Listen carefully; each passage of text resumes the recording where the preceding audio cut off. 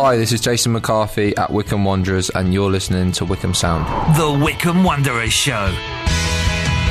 Coming up on this week's edition of the Wycombe Wanderers Show, in a few moments' time we'll hear from Phil. We've got our match debrief, looking back briefly at Saturday's game and in a bit more detail on Tuesday's fantastic result at Bristol Rovers, and we'll hear from their manager Matt Bloomfield and also goal scorer Brandon Hanlon as well. We'll catch up with Max Stryjek, a bit of a preview of a feature coming to Wanderers TV very soon. The goalkeeper volunteers in Stokenchurch along with his dog Major. More on that to come. We'll catch up with John Bignall and JDT as well from the Wycombe Wanderers Ex-Players Association, who today have been celebrating the life of Brian Lee, the former Wycombe Wanderers manager and chairman's funeral took place today, and celebration of life at Adams Park. So we'll be reflecting on that as well. With Wycombe Wanderers Women, we'll hear from the manager Carl Simon and also Freya Harris as well. We'll catch up with Alfie Mawson, who we've been speaking to at Adams Park today. He'll be having a celebration of his career at the home game with Barnsley on Saturday. We'll look ahead to that fixture as well with the manager, who we also spoke to a bit earlier on today. So lots to bring you, as you can imagine. Always like to pack in plenty in an hour of the Wycombe Wanderers Show. So let's first kick off with Phil, and obviously reflecting on Tuesday night's rather excellent and uplifting result, which took us to within 3 points of the playoffs. Yeah, I think a few people say it's a must-win game, but I think it puts pressure on, doesn't it, on those? But it really was important to get the 3 points with Bolton Wanderers not playing, and a few of the other teams above us not playing either. And Bolton playing Sheffield Wednesday on Friday night. That's going to be a tough game for them. So real opportunity to make up some ground, and they did really well. And you know, it's always nice to see Joe Barton, and it's even better when he wins. And a nice response to Saturday as well. Yeah, fantastic, because it was a really tough game on the Saturday, and credit to Burton, as we've said before. They deserved the win on the day in tricky conditions, and Wycombe in tough conditions again, but this time off the pitch with the illness and injury, losing Sam Vokes and to injury, Nick Freeman and David Wheeler to illness. And the youngsters are stepping up, which is fantastic to see. Really, really exciting. TJ DeBar I thought was magnificent first half, and part of the second half he played. The booking, he needs to cut that out of his game, but it's going to be tough because he's an aggressive player. But yeah, I thought he did really, really well. The tackle for the assist for the goal, it kind of sums him up, doesn't it? You know, he tackles and assists at the same time. Brandon Hanlon's finish was magnificent, and yeah, apparently it was all down to the pitch. But I thought Wycombe played pretty well. So what sort of pleased you most about the performance? I just think that the way that Wycombe played, I thought there was some really good passing football on a very tricky pitch by all accounts, and yeah, I thought they sort of managed the midfield well. Bristol Rovers are a good side; they've got some really good players, you know, and I'm surprised they're as low as they are in the table with the squad that they've got available to them. Although it's their first season back, and it's always the goal to not be relegated, but you know, that's 6 points we've taken off them now. They're a decent side. Joe Barton's a good manager, so I think the nature of the win, the 2-0, the clean sheet, although that was largely due to the fantastic double save to Max Stryjek, although I thought we defended well at times, but when Bristol Rovers did get in, which they would do, I thought Max was superb. So yeah, wonderful to get the 2-0, the clean sheet, the 3 points, a perfect away day really. So yeah, onwards to Saturday and what will be an emotional game against Barnsley, but after the game, Matt Bloomfield, was buzzing, as you'd expect. You know, we've had some really, really tough games here over the years. Never an easy place to come. You know, the crowd get right behind them, and Joey's got a good team here, so we knew we were going to be in for a tough game. But obviously, I'm really, really proud of the way the boys played tonight. I thought we defended with resilience, we attacked with some real quality at times. So yeah, obviously, really, really pleased to bounce back from Saturday's result at Burton. You know, there's loads of positives about Saturday's result, but I think at times they can get lost in the result, the actual performance. So tonight we have to be proud of both the performance and the result. No Sam Vokes due to injury. It gave the opportunity to TJ DeBar for his first league start and did excellent. Yeah, he did. Yeah, I thought he was very, very good. TJ, he's been chomping at the bit for obviously before I came back, I've heard all the reports about how he's been training and waiting for his opportunity. We lost Vokesy, so it seemed like the right time to bring in TJ, and I thought he grabbed it with both hands. He was very good both in and out of possession, and he kept a goal threat for us. He won the ball back for Brandon's goal in the first half, and I thought he was very good. He took his chance. I'm pleased for him. And Brandon Hanlon proves the rule again, playing against your former club. You invariably score, and he did tonight. Yeah, I think Brands is a player of massive potential. I believe in him so much. I think he's, first and foremost, he's such a good guy. Like Brands, he really wants to do well for this club. He works hard every single day, and he posed that threat playing through the middle. I know he's been slightly wider at Vokesy in the last few games, but he grabbed his opportunity to play as the 9 tonight, and he was a constant threat all night and took his goal extremely well. Good 90 minutes plus as well for Josh Scowen, who came off the bench on Saturday, but that must be a big boost to see him get through tonight's game. Yeah, most certainly so. I think we all know what a big player Josh is. You know, I thought Nick was incredibly good against Fleetwood, so deserved to stay in the team on Saturday, and also Joshy was obviously coming back from his hamstring injury, so you know, Josh is always a miss when he's not in the team, but he came in tonight, played 90 minutes, and I thought him and Winger were excellent in the middle of the park.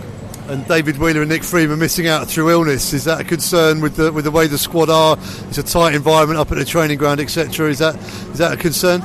Yeah, most certainly so. I mean, you know, losing those boys, we lost Wheels yesterday. We only lost him on the day of the game today. I got a call from Nick about 1 o'clock this afternoon, an hour before we left the training ground. So, you know, that was obviously a concern. We've got an extremely tight squad at this moment in time, a small squad. You can see from the bench we've got all the development boys backing it up. So it's hard to rotate too much. So we'll have to count the bodies, see if we can get Wheels and Nick back for the game at the weekend, and hopefully we don't lose anyone else. Really pleasing for him, and great, as you say, in his sort of first few weeks in charge. Obviously, it hasn't taken him long to settle him. Yeah, he's so driven and motivated, and you know, he works so hard. I think fans can see that. I mean, I can certainly see it. He's absolutely dedicated to getting this club as high as he possibly can. He's dedicated to being the manager and that transition, and managing that transition, and you know, just everyone in football's got an opinion on that, and they'll all look at the facts and think, well, he's been a player there for a long time, it's going to be a difficult thing to do, but you know, he's working so hard to make that transition, and I think he's done it. And you know, you see how the players respect him and how they're putting in good performances for him. So yeah, it's exciting times with 10 games to go, a club legend in charge, and hopefully become a legendary manager for us as well. But yeah, fantastic to see, and yeah, long may it continue. You mentioned Brandon's goal, quite sickening, I guess, for Rovers fans to have him score against them. Yeah, I mean, I tried to sort of extract that out of him in the interview, but he wasn't having it. I think he's just pleased to score against anybody, as all strikers are. You know, he's had an injury hit campaign, and I don't think he is where he wants to be in the scoring charts because of the lack of game time, because of that injury. But he was brilliant on Tuesday night, not only for the goal, but when you play in that Wycombe system, when you're not when you're up front as well, especially in the wider positions, you have to do so much work defensively as well in that system. That's the way we play, and he was brilliant both going backwards and forwards with the ball. I thought he was brilliant, and the chance was difficult. The keeper may be disappointed at the near post, but he hit it so well.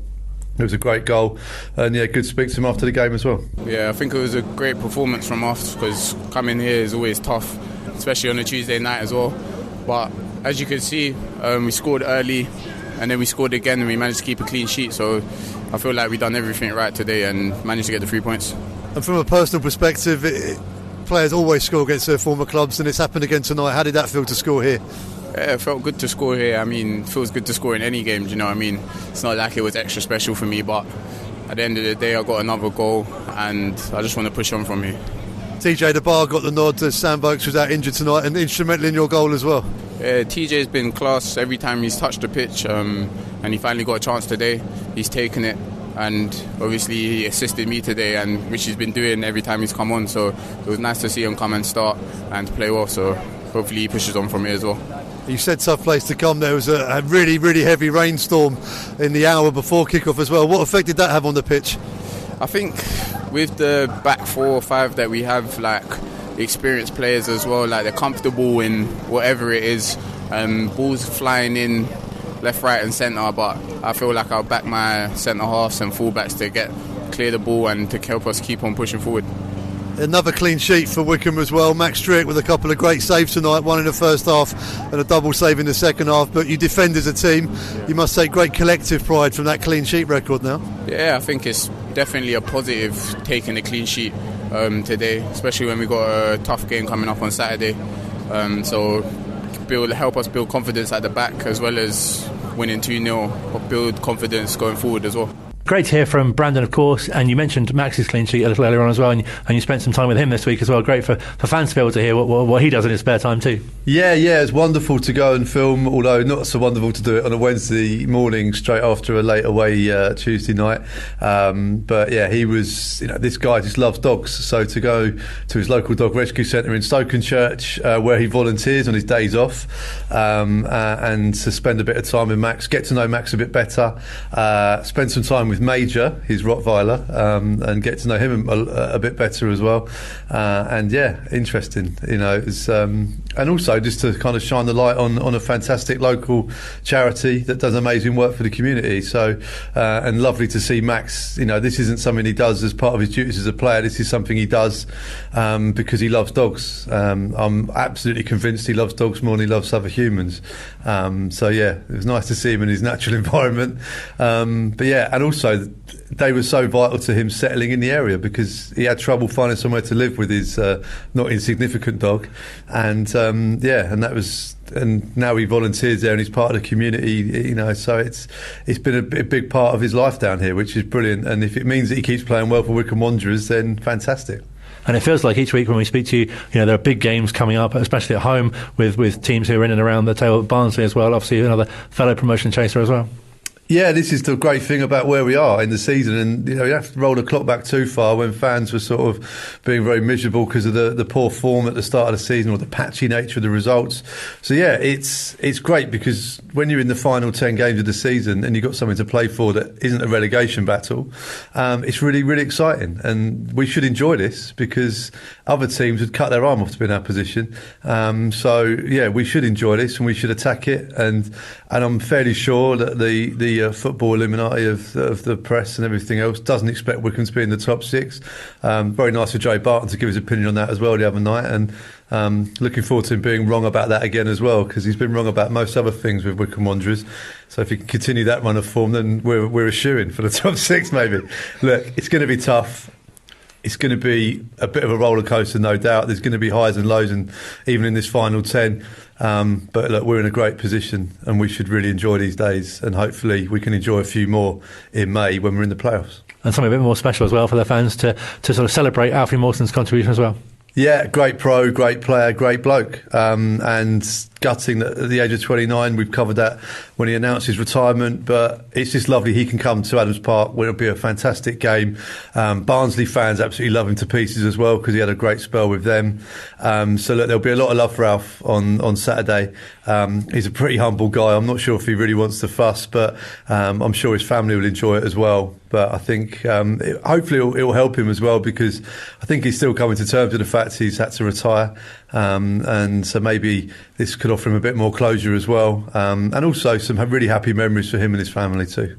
Brilliant to chat to you. Thank you for your time. Always a pleasure. A reminder that you can hear those interviews in full with Matt Bloomfield and Brandon Hannon after the game at Bristol Rovers on Wanderers TV. Luke joins us for a new feature on the show, Wycombe Wanderers players and their animals. Nice, I like it. It's good and catchy. No, I like it, yes. It's all hyphenated. Nice. I have a bit of a fear of dogs, which is I guess that's part why of I went, not you. Tell us where you were yesterday. It feels like it was about a week ago, but yesterday myself and Phil went to the Stokenchurch Dog Rescue in, can you guess where? Stokenchurch? Correct. Where, as you just heard, Max Stryjek, Super Max, walks dogs. He volunteers there and walks lots of different dogs. It's going to be in full on Wanderers TV in the next couple of days. But here is a little preview of the part where Max was walking the dog. Max, it's a Wednesday morning early after an away day. Yeah. And you're here volunteering at Stokenchurch Dog Rescue. What does this place mean to you? I think it's obviously, it's like a hobby really, and if I can help the dogs and help other animals. So Max, moving down from Scotland to Stokenchurch, that's a long way. You don't really know anybody here. Has this place been sort of important for you settling in the area? I think so, because obviously me and my girlfriend moved in here, and then we were looking for some things to do. And then one day we just walked past this place, and we obviously walked our dog Major, and then there was lots of people wearing them beautiful jackets and vests, and I was thinking, why wouldn't we just go ask if we can walk out the dogs to help them? Well, you like wearing bright colours, don't you? So I wouldn't say usually in my wardrobe I always got black things and like dark colours, but obviously on the pitch, and now I'm wearing these bright colours. Yeah. I remember when you moved down, you had trouble finding somewhere to live, to rent, because of your dog Major, and that's a big reason why dogs end up here, isn't it? I think so, because obviously there's lots of history behind them dogs, and if you listen to some of them, it's actually really emotional. But on the other side, I think people don't realise, like, animals got their feelings, and it doesn't matter if it's a dog, cat or whatever, it still needs attention, it still needs you as a human being. That's why we decided to actually walk the dogs and then help them to actually... We even thought about adoption one day, but, at this moment in time, we don't know what's going to happen as well, so we've got Major, who is obviously, everything depends on him as well. Because we don't want him to, treat other dogs, because we've got our dog as well. Would you say you're more of a dog person than a human person? Do you like dogs more than humans? I would say so. I think I don't know why, but I think obviously dogs are more grateful than human beings, and I think that's why being around them, it's like makes me feel good as well. And it's if I can help and also treat myself a little bit with the different animals, because it's like a kind of therapy as well. Yeah. Then why shouldn't I do it? So if you've had a stressful game or a busy game or a big win or a big loss, it must be lovely to go home to see Major. Yeah, I usually walk him. On my day off, I usually walk him about 2 hours, just so I can actually think about what was good about the game, what was wrong about the game, and then obviously he's doing his own stuff, and then that's how it goes. Yeah. The simplicity to a dog's life, isn't it? It's really simple. Yeah, basically you have to feed him, walk him, look after him like a baby, really. But any similarities to footballers? We feed you, we train you. Yeah, you guys run around a bit. Yeah, basically you've got like a baby, but actually, dogs are a bit easier to care for. Let's put it this way, than kids. So when you got home last night, we got back from Bristol Rovers. What time would you walk through the door? About 1 o'clock in the morning. So he was pleased to see you, no doubt. At the start he was asleep, but then he heard me creeping, and then he just lied in bed with me for like 20 minutes, and then he knew it's a bedtime, so he just tried to sleep next to me, which is really cute. So win, lose or draw, Major's reaction when you walk in must be the same. Exactly. Dogs can't really, I think they can feel emotions, obviously, but I think whatever happens, they will be there for you, and they are like the friends, the best friends really for human beings. He's a fierce-looking dog, but he seems to be a very nice temperament, and they always say dogs are like their owners. Is that a good way to describe you as well, Max? I think my girlfriend, she always says he's like you from character, and I'm like, I'm not that bad, am I? And then actually, yeah, it's, I would say so, because he's really energetic, obviously, and then he likes his workouts. He's got his time when actually he wants to do his own thing like me, so I presume he's similar, yeah. Really great insight, and as I say, do keep an eye out for more on that feature on Wanderers TV, as well as Max Stryjek and his dog Major, not to mention Phil, and some camera work from Luke, of course, as well. Online, on Radio Player, and on 106.6 FM. This is Wycombe Sound. Still to come on this week's edition of the Wycombe Wanderers Show, we'll hear from Wycombe Wanderers Women manager Carl Simon. We'll hear from the men's manager, also Matt Bloomfield, and also we'll hear from Alfie Mawson as well, who the the career of him will be celebrated at the game against Barnsley on Saturday at Adams Park. Speaking of celebrating at Adams Park, today has been a celebration of the life of former manager and chairman Brian Lee. His funeral and service took place a little earlier on today. I'm very pleased to say we can chat to JDT from the Wycombe Wanderers Ex-Players Association. Thank you so much indeed for joining us. Hi, Colin. Nice to talk to you. And also John Bignall as well, who's at the Warm Hub at Adams Park currently. Thanks a lot for your time as well, John. You're welcome. Thank you, Colin. Likewise. And JDT, just talk us through sort of what happened today and the turnout for the event. Well, it was, as you rightly said, a celebration of a life very well led. Brian would have been 87 in a week, and it was a lovely look back at such a varied career.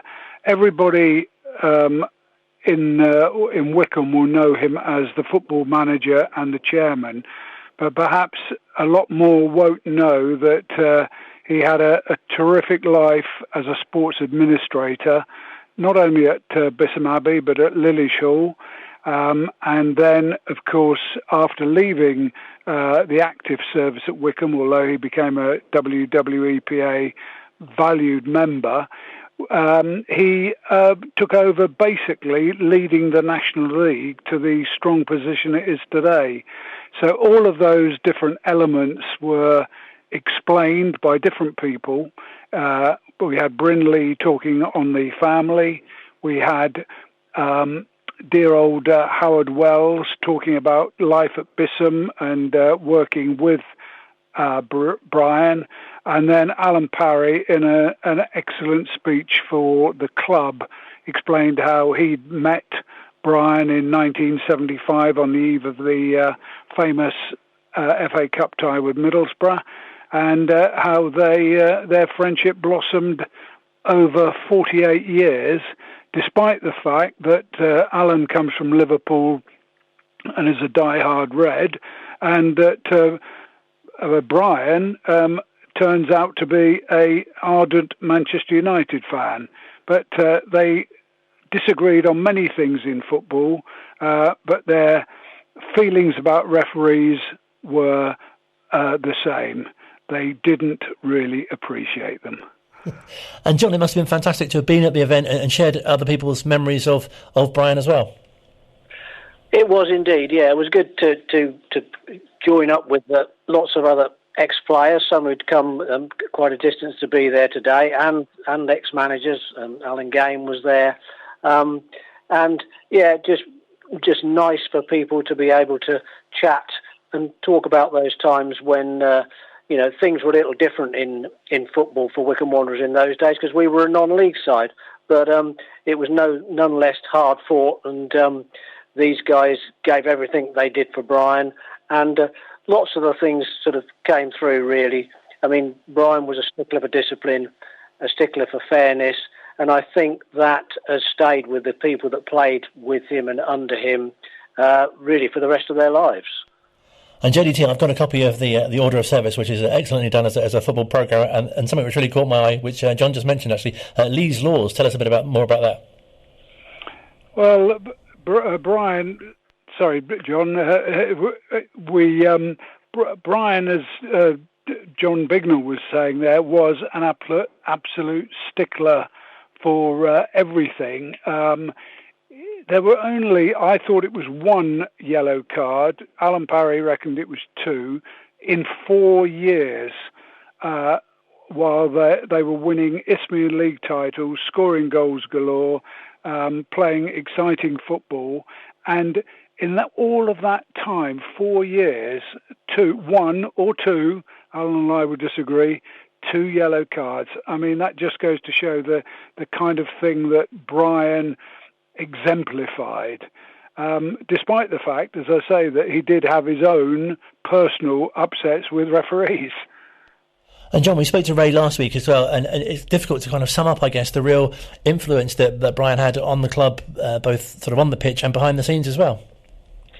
Yeah, I mean, I was with Ray this afternoon, and I think it was to do with the way he treated people, quite honestly, because people like Ray Eaton and Keith Mead, who were both internationals and came from Slough, along with lots of other players during that period, came to Wycombe for the reason that they heard from their international colleagues and other players that they knew that at Wycombe, Brian, he was hard, but he was fair, and he wanted to play good football. And it was a big attraction to them. They knew pretty much if they came to Wycombe, there was a fair chance that they would be enjoying life, but they'd also be winning things. And JDT, we were fortunate to speak to Brian in the first season of the show, and something that really came across is sort of the pride of the part that he played, but also obviously where the club is now as well. Yeah, Brian was a very, very modest man, despite all his accolades. He felt that the club should change when he first came, as you know, and we've talked about it many times. It was organised, the team was selected by a selection committee. I think that lasted 3 weeks under Brian, and he said, I'm the manager, I picked the team, goodbye selection committee. And amazingly, they agreed to that. But even more amazing, of course, was the fact that they went on to unbelievable success in the non-league. He was proud to have been involved in the appointment of Martin O'Neill, which again pushed forward their claims towards the league, 2 trips to Wembley, then getting into the Football League. And then he was a great friend of Gareth Ainsworth and a great supporter of him. And Gareth spoke very movingly a couple of days after Brian died about the feeling that Brian had for the club even today, even in his late 80s. And that was tremendous. But just one other thing, you talked earlier about Lee's laws. Brian did actually have a slightly softer side, because one of the players who seemed to get away with quite a lot was a certain Tony Horseman.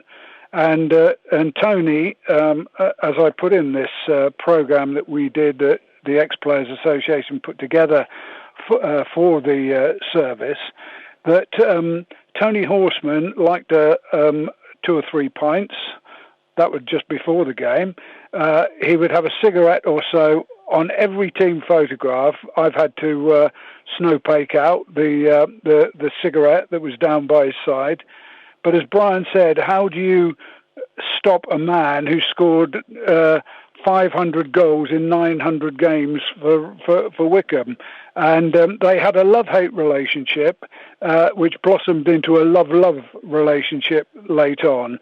And that was actually shown by all the players who turned up today, players from his famous 1975 sides, led by John Maskell with Keith Searle, Dylan Evans, Keith Mead, which was fantastic.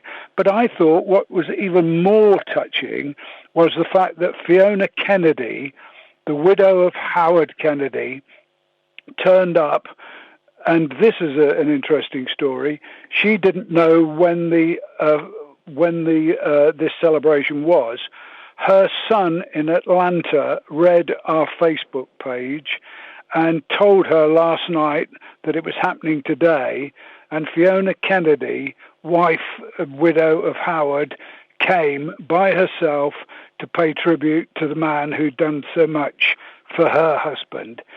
Barbie Birdseye also came by herself.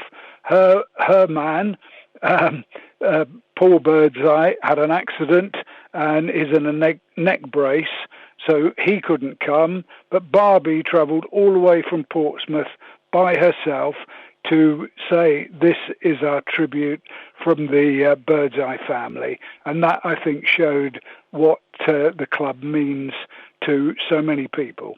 They really are great stories. And John, also a great credit to any manager, I guess, is sort of the calibre of players that he has under him and what they've gone on to achieve, during their careers at the club. Well, yeah, indeed, because some of Brian's players went on to have really good careers in the pro game, because obviously we were still amateurs.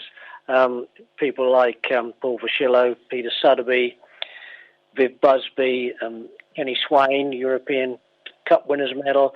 So, yeah, absolutely. But Brian's sort of mantra on things really was, one of the things he said to me very, very early on was, if you cheat, you lose, and that stayed with me all of my life. And one of the other things he said was, if you only look for the negative things in life, you'll find little else. So he was quite. He had some very insightful sayings. And JDT, you hear people say, that Brian's influence can still be felt around the club today, and I think that's a really sort of a great tribute, in fact, to the way that everyone says how sort of family orientated the club are, and so many of the ex-players are still closely connected. Well, afterwards, I was talking to Trevor Stroud, who was formerly chairman, leader of the trust, to Ivor Beeks, again former chairman, and now the president. And what I said to them was that the Ex-Players Association are going to put forward a suggestion that there is somewhere in the ground, the very ground that Brian Lee founded, that should be named after him. I mean, to me, the Caledonian Suite doesn't mean anything. There are places in the ground that should have these people remembered. We've got Montes. We were instigated the Reardo Room. I would like to see the Brian Lee Suite, whether it's here or over in the Woodlands, because Brian Lee deserves to be remembered. Simple as that. And John, how would you like to sort of best hope that fans remember Brian? Well, I think, as John's just said, certainly something to be named after him would be great. It just really needs all of us that knew Brian to keep talking about him for as long as possible, really, and reminding people what we think of Frank Adams, who obviously was a great figure in the club's history, and rightly so. But Brian Lee contribution really can't be overestimated. So I think, like with all things, when people pass on, it just needs the rest of us that are still here to keep talking and telling other people in the future generations that these were the people that made the club what it is today. And JDT, that really highlights the key role that the Ex-Players Association, can play, as you say, in continuing to sort of pass on the word and the stories. Well, I think it was just lovely to see so many ex-players from so many eras, not just those who'd played under Brian, but others as well. And not only that, you had them from different walks of life. You had, for instance, Stuart Earp, who was the Bucks Free Press reporter. He followed me a few years later, actually.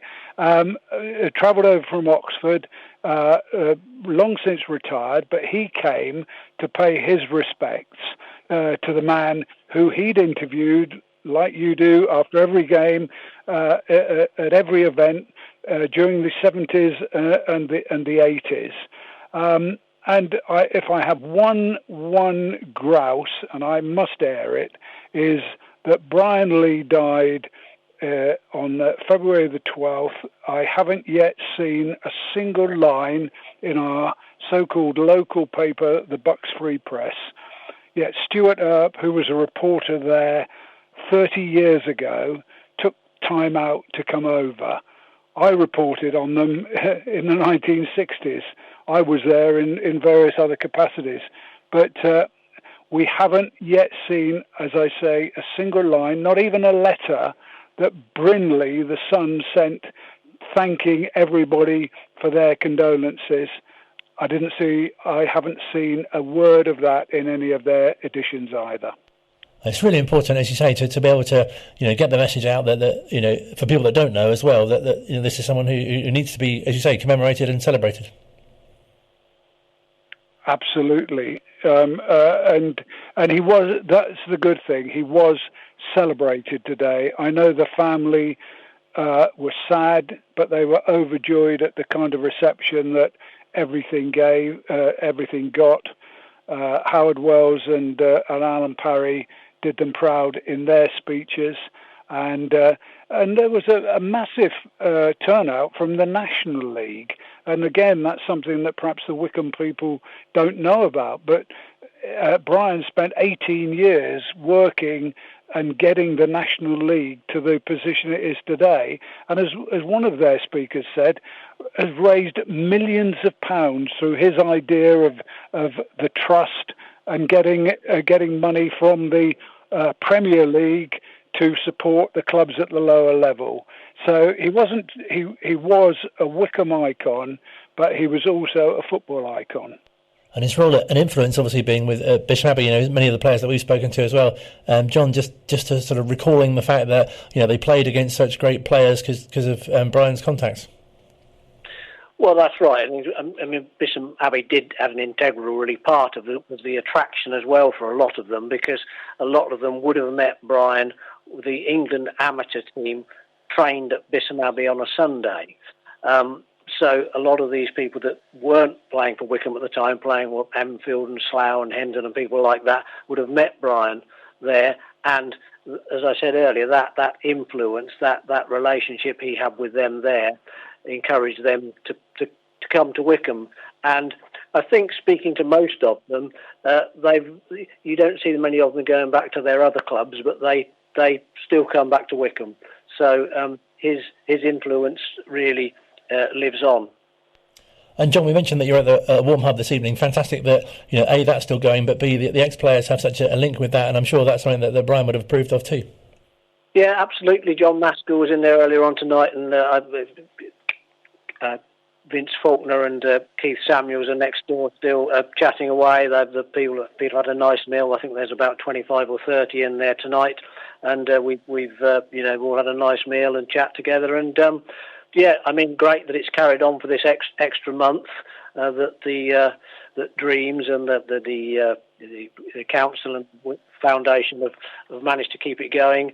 And it's been a resounding success. I think people are going to be very, very sad when it finishes. A real pleasure to speak to you both. Thank you so much for your time and for sharing the afternoon's experiences with us. Good to talk to you, Colin. Cheers. Thank you, Colin. Thank you so much. It's JDT and also John as well. John Bignall from Wycombe Wanderers Ex-Player Association speaking to us here on Wycombe Sound. Online, on Radio Player and on 106.6 FM. This is Wycombe Sound. Still to come on this week's edition of the Wycombe Wanderers Show, we'll hear from Alfie Mawson and Matt Bloomfield. We'll be celebrating the career of Alfie at we spoke to him today, but we'll be celebrating his career at Saturdays. That's better. This won't be in the podcast version. That's coming up before the end of the show as well. First, though, let's turn our attention to Wycombe Wanderers Women, whose first team season came to an end on Sunday with defeat in the League Cup, ending their run in that competition. Their league season ended the previous weekend. The reserves and under-18s continue, though.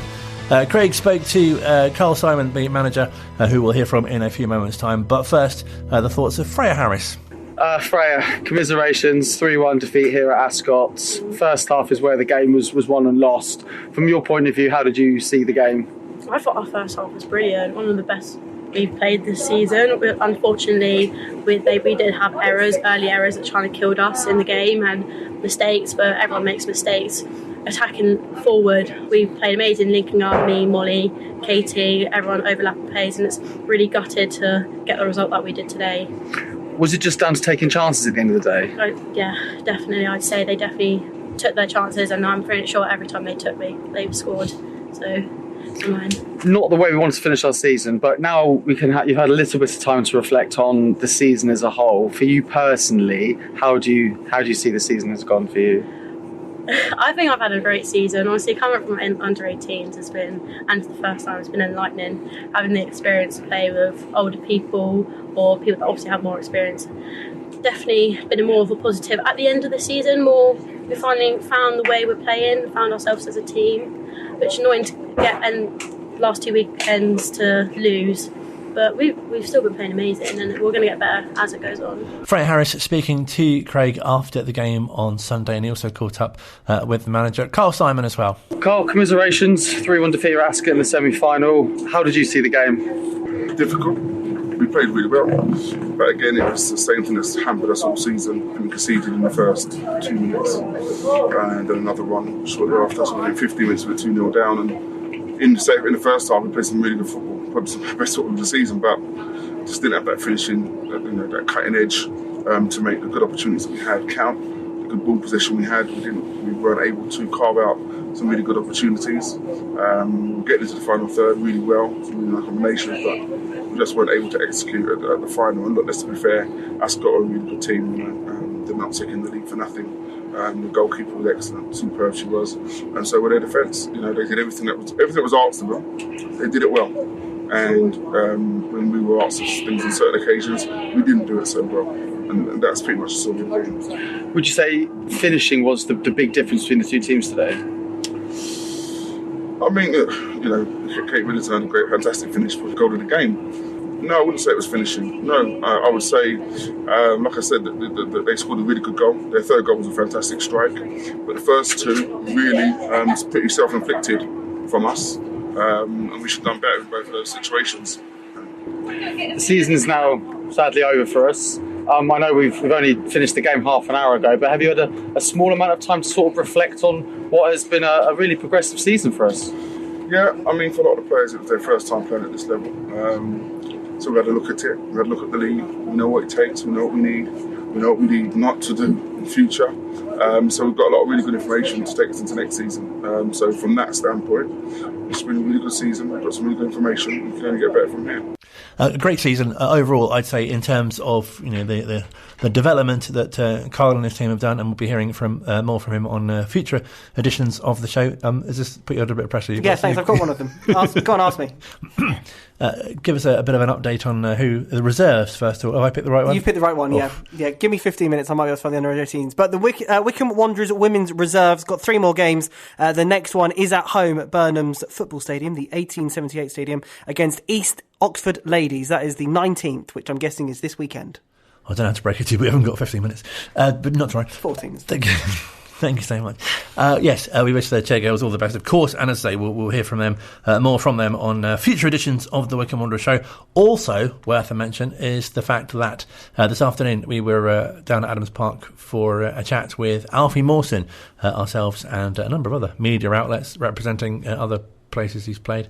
We're in attendance at Adams Park. We were there too. We were. The best. Absolutely. Really great opportunity to catch up with him and also reflect a bit on obviously his second spell at the club, and as mentioned, the game at home to Barnsley on Saturday. There'll be a presentation to Alfie on the pitch, and a great opportunity for supporters to sort of commemorate, if that's the right word, his time at the club. And as I say, we caught up with him a little earlier on. I'd say the club hasn't changed. It's got bigger. It's attracted better players.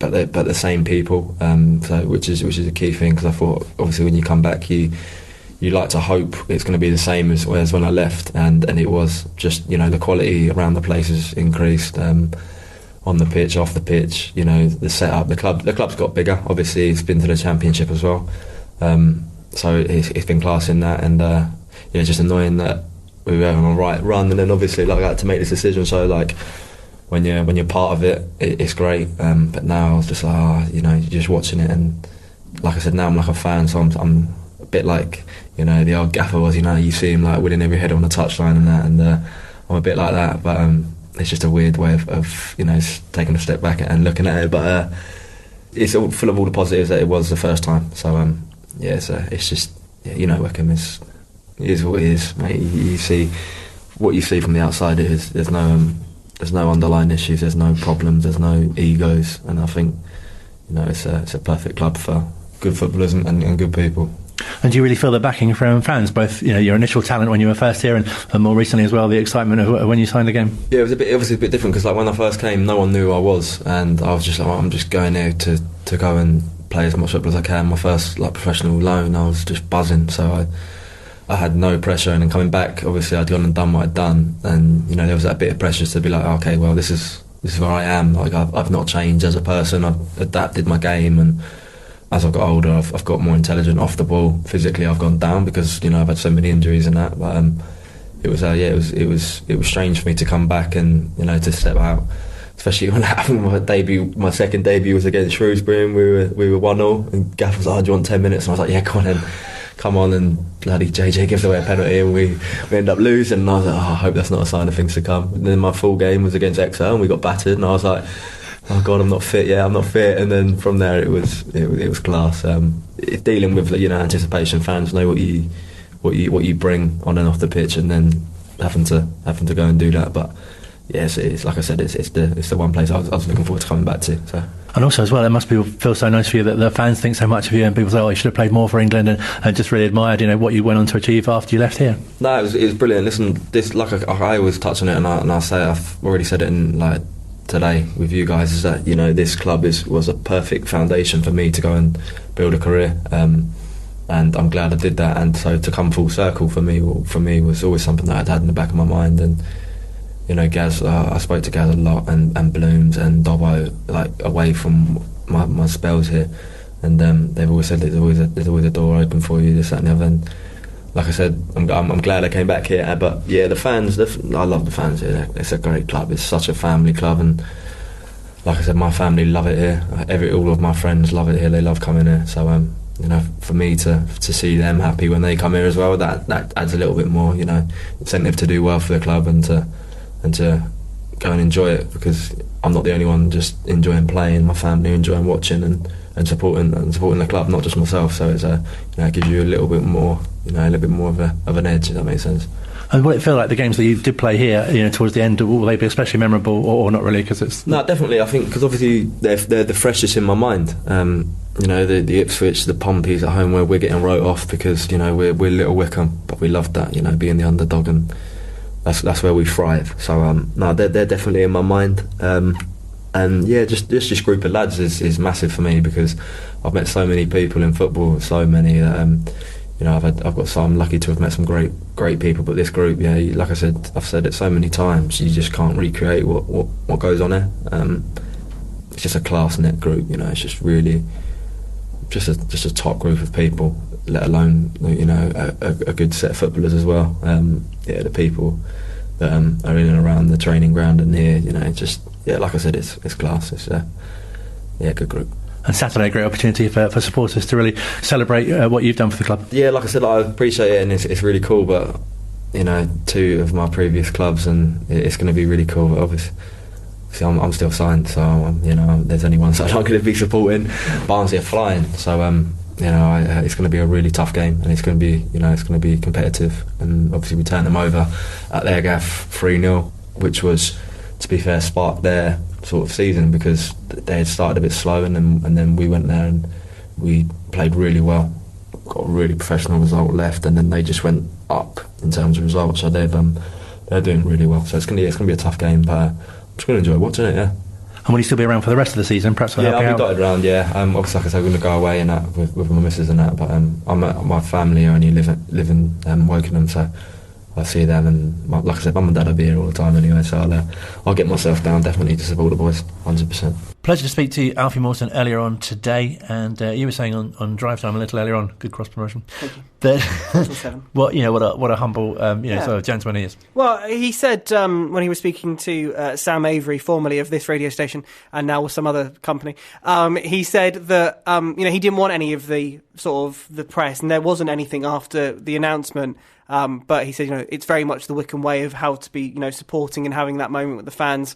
And I think on Saturday, as we saw last year with Matt Bloomfield, whatever happened to him, and Akinfenwa, that they had that big celebration in the fans on all sides, and even more so with this week, with it being a former Alfie club, that it will be it'll be really nice. I look forward to it on Saturday. A really great atmosphere as well, and hopefully will reflect that in his choice of burgers, because there was a oh yes, will there be an Alfie Mawson burger? Yeah, there should be, shouldn't there? Dear Will. Good point of view. Fantastic to look forward to Saturday. A brilliant atmosphere at Adams Park for the visit of Barnsley.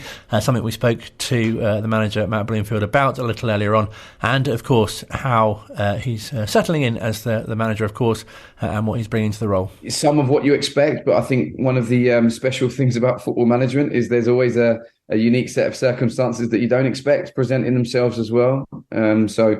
I think in the previous few months at Colchester, but also in the previous years that I'd spent at this club, set me up pretty well to know what was going to come. But also at the same time, football management has a really lovely charm of dropping in unexpected challenges along the way, which is great when you can overcome them. And obviously, it does test you from time to time. So, yeah, I was certainly prepared. I think most of what I've encountered, I was ready for. But there's some things in football management and in life, I guess, that you can't prepare for because it presents itself when you least expecting. So it's been great. I've loved it. It seems to be flying by. The days and the weeks are passing really, really quickly because there's so much that's gone on in the past few weeks. But it's been great, and I'm loving it.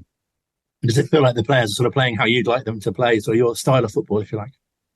I think so, yeah. I mean, I was here for so long with the manager before, and, a lot has tried to be made of styles and approaches of different people. And I guess everyone's, again, I'm repeating myself, but everybody is different. But I still retain a lot of the same values and principles of play that the gaffer had here before. So, yeah, you'd like to think that within time, a team does reflect its manager, and I'm certainly really, really pleased with how the boys have been playing the last couple of performances. I think Fleetwood I was really pleased with. There was many aspects of Burton that I was pleased with, irrespective of the result. There was certainly improvements we wanted to be made, and the same thing at Bristol on Tuesday. So for me, it's about focusing on those performances, trying to keep making our strengths better and rise up our weaknesses slightly, and being the best we can possibly be every day. And if we can do that, then we have to believe that the results will fall in our favour as much as possible.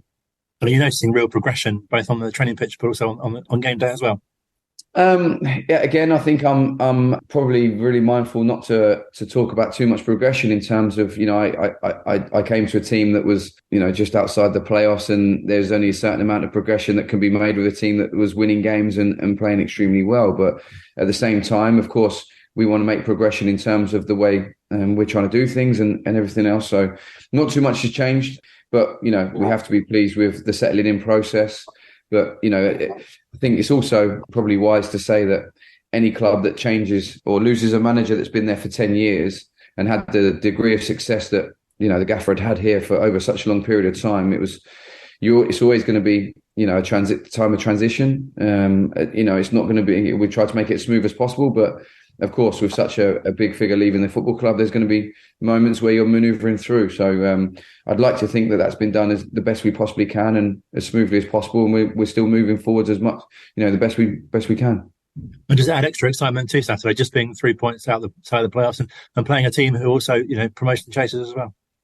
Yeah, I guess the noise around the game is probably bigger because of those set of circumstances. I think you always find that becomes part of the narrative, which is really exciting for us as a football club. We want to be involved at this time of the season at the right end of the table, which we certainly are. But I think as a management staff, as a coaching staff, as the playing staff, we have to make sure that we approach this game in isolation. It's just one game. It's one set of tactics that we have to implement. It's one game that we have to attack the best we possibly can and try and get the best result. So, yeah, it's lovely for the outside noise to be around the clamour of the game, but for us, it's about just playing the game that's in front of us, not the occasion or the event.